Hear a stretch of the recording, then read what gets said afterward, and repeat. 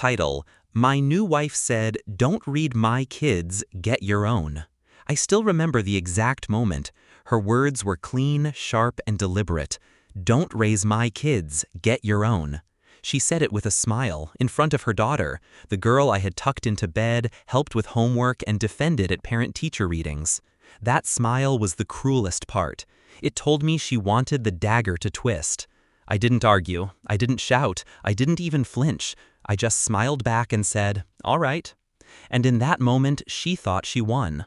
When we met, I thought she was different. A single mother, struggling but proud.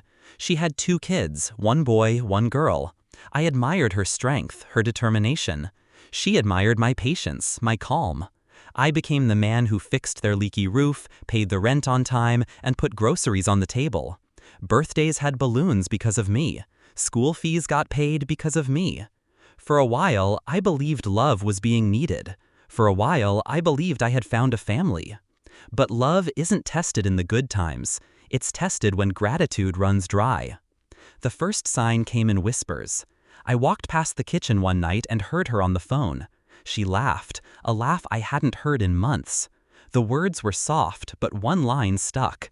"He thinks he's their father. He's just convenient." The second sign came from her daughter.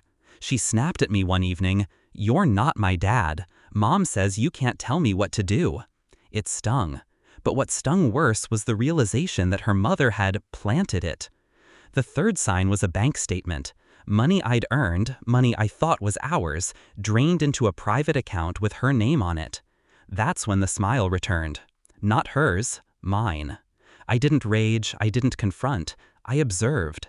I gathered documents quietly. Receipts, transfers, screenshots of her messages. I visited the school and made sure my name was written in black ink on every tuition check. I set up an account, invisible to her, where my paychecks now flowed.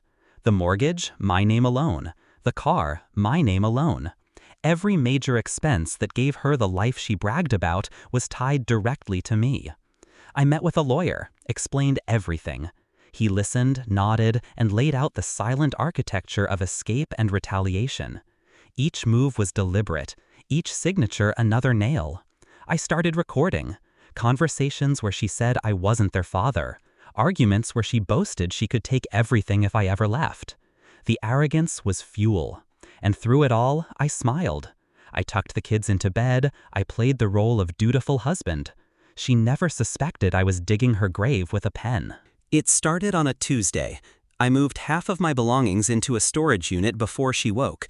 By Friday, the rest followed. She didn't notice.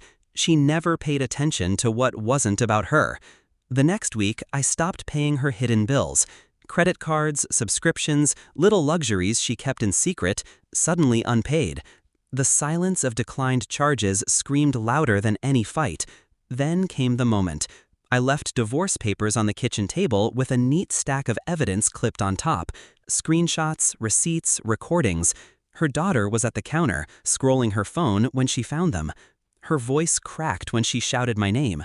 I walked in calmly, carrying my suitcase. She asked, "What is this?" I said, "You wanted me out of your kids' lives. You got it. But you won't take my life with you." She laughed at first, the way arrogant people do when they think the walls will bend back in their favor. "You can't leave me. You pay for everything."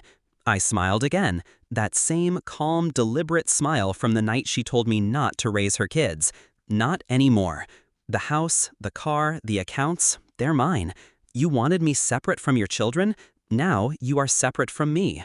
Her face shifted from confidence to panic. Her daughter's silence cut through the room like a blade.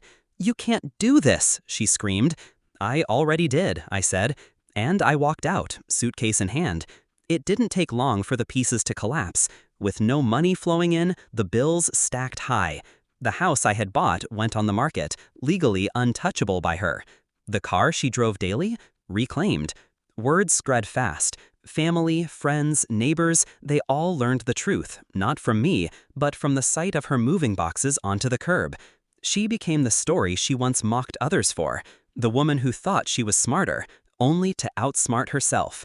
Her children, well, children remember who fed them, who showed up, who kept promises. Time has a way of revealing what manipulation hides. I don't hate her. Hate wastes energy. I don't even pity her. She made her choices. But I do remember that night. Her smug grin, her words, "Don't raise my kids. Get your own." She wanted me to be powerless. She thought I'd beg for her approval, for their acceptance. Instead, I built my own freedom. And when I finally walked away, she realized too late. I had been raising something all along. Not her children, not her pride, but my revenge. And it grew beautifully.